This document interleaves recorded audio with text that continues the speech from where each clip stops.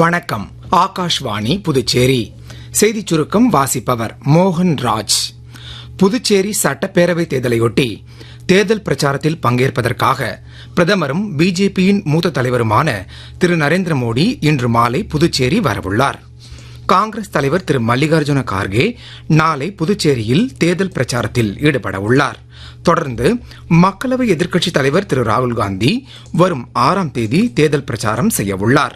ஜனவிஸ்வாஸ் 2026 மசோதாவில் கொண்டுவரப்பட்டுள்ள சீர்திருத்தமானது சட்டங்களை எளிமையாக்கவும் அபராதங்கள் குறித்த அச்சத்தை குறைக்கவும் ஒரு குறிப்பிடத்தக்க படிநிலை என்று மத்திய வர்த்தகம் மற்றும் தொழில்துறை அமைச்சர் திரு பியூஷ் கோயல் கூறியுள்ளார்.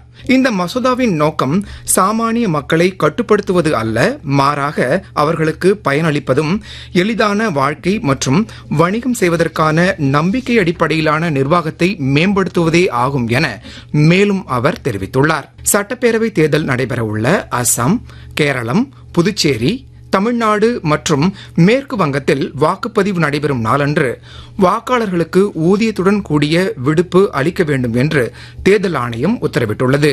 புதுச்சேரி சட்டப்பேரவை தேர்தலுக்கான வாக்காளர் விழிப்புணர்வு பிரச்சாரத்தின் ஒரு பகுதியாக இன்று புதுச்சேரி மாவட்ட ஆட்சியர் அலுவலகத்தில் திருநங்கைகளுடன் சந்திப்பு நிகழ்ச்சி நடைபெற்றது.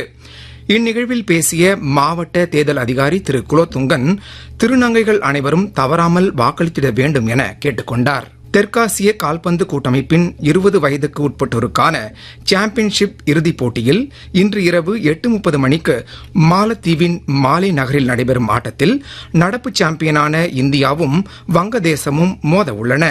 இத்துடன் இந்த செய்திச் சுருக்கம் நிறைவு பெறுகிறது.